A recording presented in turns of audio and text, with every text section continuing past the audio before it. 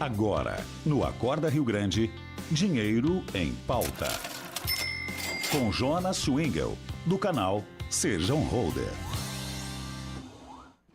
7:01, cerração, 14,3 a temperatura. Tudo bom, Jonas? Bom dia.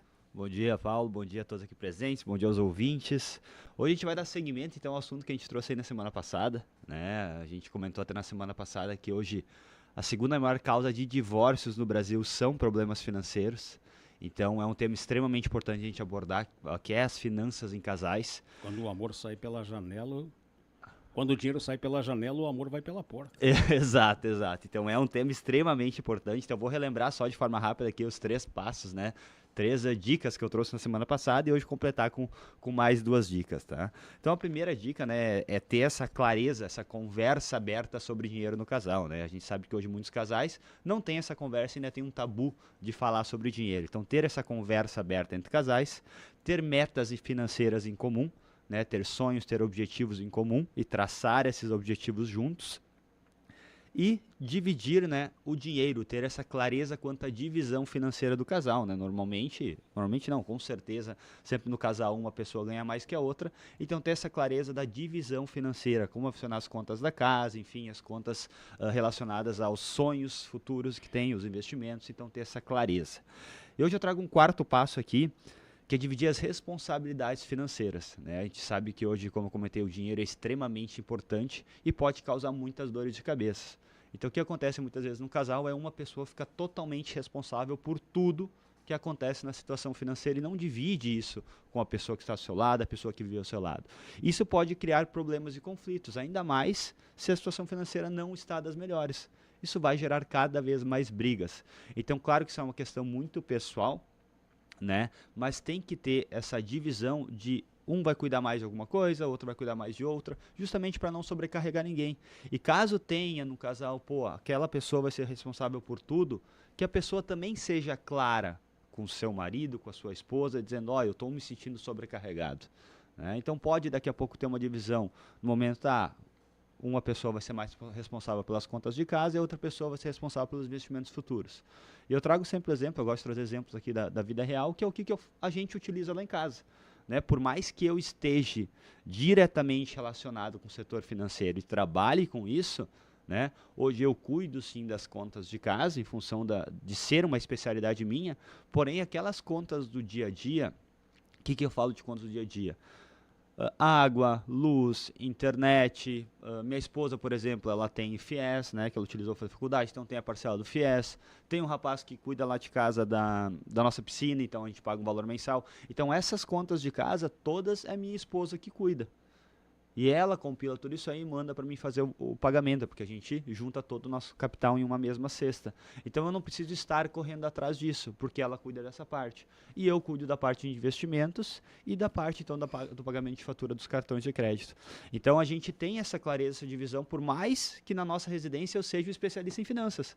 Mas é importante a gente ter sim o casal abertamente falando sobre isso e sendo responsável por algumas coisas também dentro da linha financeira, né? E o 5º, então, né, que é evitar brigas e discussões por dinheiro, né? E como eu falei, a comunicação aberta é hoje a melhor forma de fazer isso, mas a gente tem que entender que o dinheiro, né, o quanto cada um ganha, não é uma briga de poder. Não é uma briga entre o casal para saber a quem ganha mais, quem ganha menos. Porque eu ganho mais, eu posso tomar as maiores decisões. Não é assim que funciona. É um casal. Então a renda tem que ser a renda familiar. Se eu ganho 5 e minha esposa ganha 10 ou vice-versa, o casal ganha 15, não é eu que ganho 5 e minha esposa ganha 10. Então o salário não é uma briga de poder dentro de casa. Tem que trazer o dinheiro como uma coisa em comum para alcançar os sonhos do casal.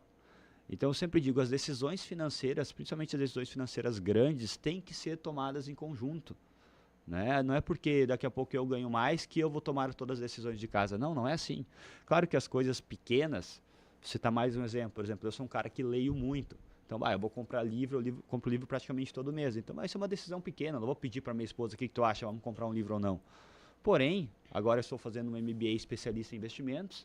É um capital muito maior. Antes de fazer, por mais que seja um investimento, né, no meu conhecimento, eu conversei com minha esposa, o que tu acha? o valor é esse, vou fazer, não faço. Por quê? Porque vai comprometer aquela renda do casal. Então tem que ter essa clareza. Do mesmo modo que a minha esposa está fazendo também um curso agora, que é um valor um pouco mais alto, ela vem conversar comigo antes. Ó, o que tu acha? Eu faço, não faço? Então essa clareza quanto aos gastos maiores tem que ser conversada entre o casal. Tem que entrar em um acordo, de modo que os dois estejam cientes e saibam para onde está indo o capital. E como eu falei, claro que os gastos do dia a dia não têm essa necessidade. Então isso é uma questão mais pessoal.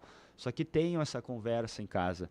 E aí, para quem já tem filhos, tragam os filhos para dentro dessa conversa também, que é extremamente importante. Importante essa participação envolvendo os filhos. Quem é que vai gerir as intenções e até mesmo o orçamento envolvendo as crianças? Perfeito. As crianças, elas têm que estar dentro do orçamento familiar, né? Eu já comentei que várias vezes eu participei e ajudei famílias que estavam endividadas a sair das dívidas, e todas essas famílias nas quais eu entrei tinham os filhos não tinham a menor ideia de como estava a situação familiar. E não estou falando de filhos de 5, 6 anos, filhos de 18, 20 anos que já trabalham, que já têm renda.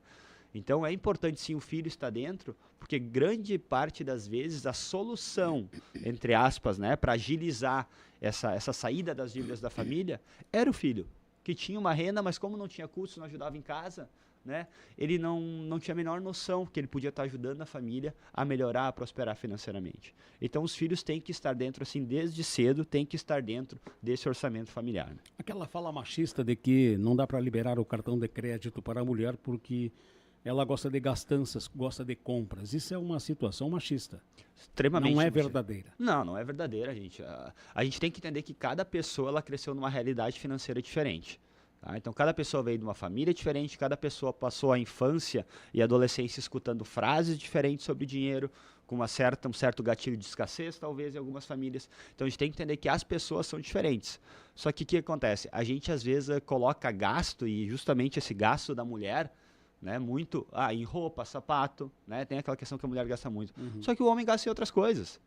O homem gasta em festa, o homem gasta em carro, o homem gasta em cerveja daqui a pouco. Então só são gastos diferentes, só que com o tempo, né, por a gente vir de uma sociedade majoritariamente machista, muitos anos atrás, se criou essa narrativa de que o gasto supérfluo é aquele gasto em roupa, em sapato, e é o gasto relacionado à mulher. Então não é assim. Existe mulher, a minha esposa é extremamente aqui, pão dura, né, no sentido de que ela controla muito bem o dinheiro dela. Então não é assim, a mulher gasta mais, não o cartão de crédito na mão da mulher que ela vai gastar, não. Eu acho que isso é relação, é a comunicação aberta do casal, e o momento que os dois têm clareza quanto à sua situação financeira, o quanto eles foram expostos ao dinheiro e a forma que eles foram expostos ao dinheiro, e conversam abertamente, cara, não tem como dar errado, não tem como o casal se endividar, porque os dois vão ter a clareza diante da situação deles. Então, para mim, isso é uma fala extremamente machista, e hoje em dia acho que não cabe mais orçamento, tanto que a gente tem vários casais onde a mulher ganha mais que o homem, e ok. Eu sempre digo com a minha esposa, meu sonho é que tu ganha muito mais que eu, é o que eu posso daí me aposentar. Porque é assim, pessoal, a renda é familiar, como eu falei, a renda é familiar, é a família. Não é mais a renda do homem, é a renda da mulher. Nascer pobre é destino, agora casar... Não vou completar a frase, não precisa, né, Josué? Tá certo, Jonas. Exato. Pessoal, tem só um convite, né? A gente fez a última palestra agora este mês aqui em Lajeado e foi um sucesso, teve fila de espera. Infelizmente a gente teve que trancar as inscrições muito antes. Então a gente vai fazer agora novamente, dia 8 de outubro, a gente vai fazer uma palestra totalmente gratuita, tá? Vai ser ali no auditório da Tecnovates, né? Ali na Univates, então lá embaixo, atrás do ginásio esportivo da Univates, a partir das 19h30. Mas claro, tem que se inscrever porque são vagas limitadas, então quem tiver intenção de comparecer à palestra, manda um direct lá no nosso Instagram, manda uma mensagem lá, que a gente vai mandar um link de inscrição. Um abraço, Jonas. Valeu, abraço. Tá bem.